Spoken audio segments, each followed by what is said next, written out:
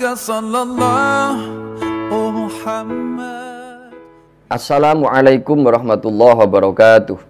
Bismillah, alhamdulillah, assalatu wassalamu ala rasulillah sayyidina wa maulana Muhammad ibni Abdillah wa ala alihi wa sahbihi wa man tabi'ahudah. Amma ba'du, sahabatku, sahabatku Zen, dimanapun kalian berada yang dirahmati Allah subhanahu wa ta'ala. Pada kesempatan kali ini kami ingin menanggapi satu pertanyaan dari akun salah satu sahabat kita atas nama Moh Rizal. Yang bersangkutan dalam satu komentar video kami mempertanyakan atau menanyakan kaitannya dengan masalah penukaran uang kecil di tempat-tempat penukaran. Sahabat yang dirahmati Allah Subhanahu wa taala, sudah menjadi tradisi di kalangan umat Islam, terutama di daerah Jawa Timuran dan mungkin juga di daerah-daerah yang lain. Setiap kali memasuki Hari Raya Idul Fitri, ini selalu ada satu tradisi nyangoni anak-anak kecil atau memberikan uang saku untuk anak-anak kecil. Yang setiap kali menghadapi satu tradisi yang semacam ini, maka kita orang-orang yang sudah berkeluarga, orang-orang yang sudah mempunyai penghasilan tentu saja, dalam tanda kutip dituntut untuk turut serta memberikan kebahagiaan kepada anak-anak kecil, terutama yang datang ke rumah kita dengan memberi mereka uang saku. Yang tentu saja kondisi ini mengharuskan kita untuk mempersiapkan beberapa uang saku yang pastinya besaran nilai uang saku yang kita berikan kepada mereka sesuai dengan kemampuan kita masing-masing. Ada yang 10 ribuan, ada yang 5 ribuan, bahkan tidak sedikit dari kita yang memberi mereka dengan uang 2 ribuan beberapa lembar.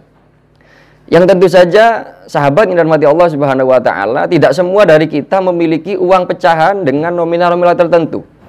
Yang hal ini dimanfaatkan oleh sebagian masyarakat kita untuk menyediakan jasa penukaran uang receh atau uang kecil.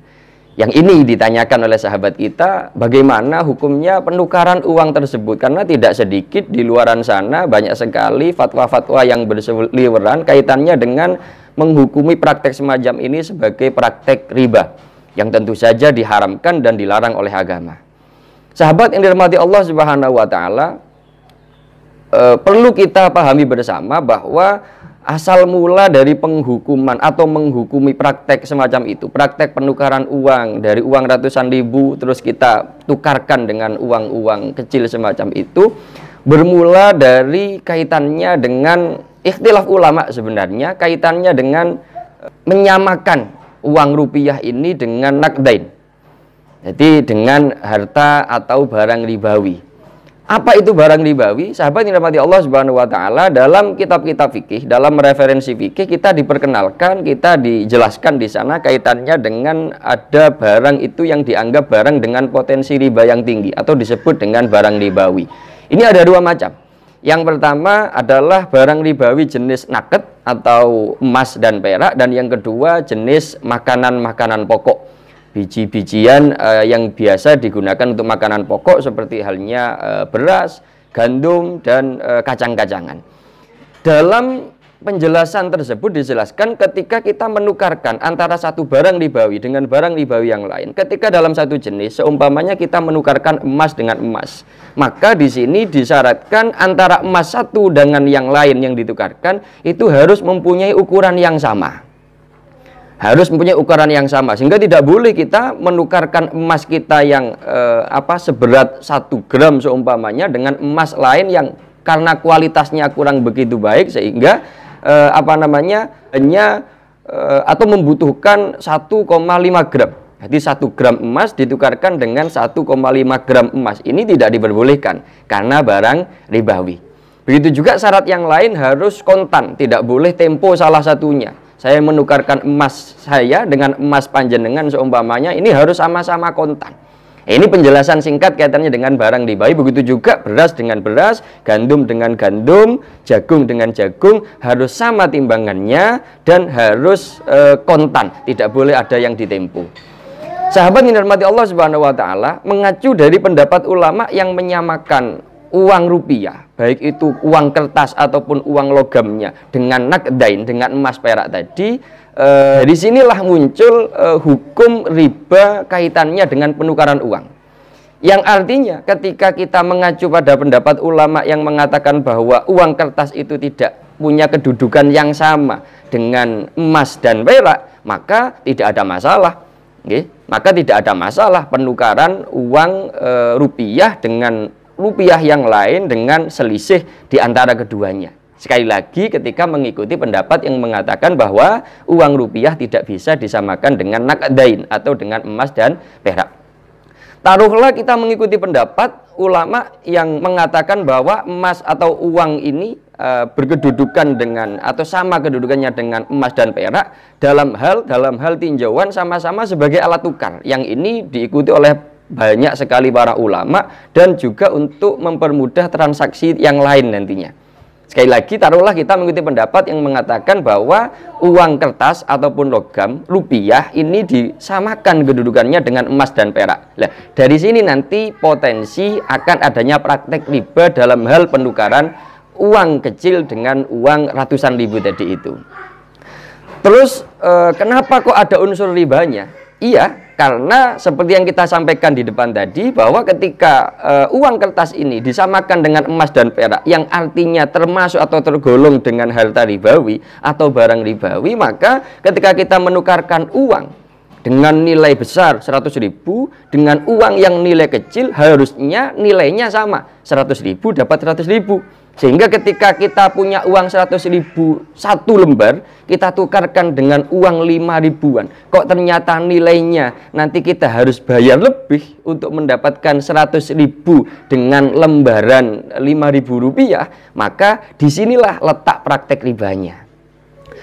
Sahabat yang dirahmati Allah Subhanahu wa Ta'ala, masalahnya praktek semacam ini sudah banyak terjadi dan tidak bisa dipungkiri dibutuhkan oleh masyarakat. Karena dalam atau mengacu pada kemampuan finansial atau ekonomi masyarakat kita, tidak mungkin semua masyarakat itu memberikan uang saku pada anak-anak yang datang ke rumahnya dengan uang pecahan 100.000. Kalau memang memungkinkan ya bagus sekali, ini menyenangkan pada anak-anak kita, membahagiakan mereka pasti. Tapi kan tidak semua masyarakat mempunyai kemampuan finansial yang sama untuk membagikan uang saku kepada anak-anak yang lencer, yang silaturahim ke rumah kita dengan nominal nilai yang besar. Sehingga dibutuhkan kita untuk menukarkan uang dalam rangka ben roto, supaya uang 100.000 ini bisa kita gunakan untuk kasih uang saku kepada banyak anak. Supaya kita terhindar dari praktek riba, sahabat yang dirahmati Allah Subhanahu wa Ta'ala, di samping tadi pendapat yang pertama yang mengatakan uang tidak disamakan dengan emas dan perak, yang itu otomatis sudah terlepas dari praktek riba. Sekali lagi kita mengacu pada pendapat yang menyamakan kedudukannya uang dengan emas dan perak. Bagaimana solusinya? Solusinya adalah sahabat yang dirahmati Allah Subhanahu wa Ta'ala, dengan kita menukarkan uang yang kita miliki 100.000, 200.000 dengan pecahan 100.000-an, kita tukarkan dengan pecahan 5.000-an, harus dengan nominal yang sama. Nanti kita punya 100.000, kita tukarkan dengan 100.000 yang sama, tapi dengan lembaran yang berbeda. Kita lembaran 100.000 kita tukarkan dengan lembaran 5.000 sejumlah 100.000. Ini harus sama.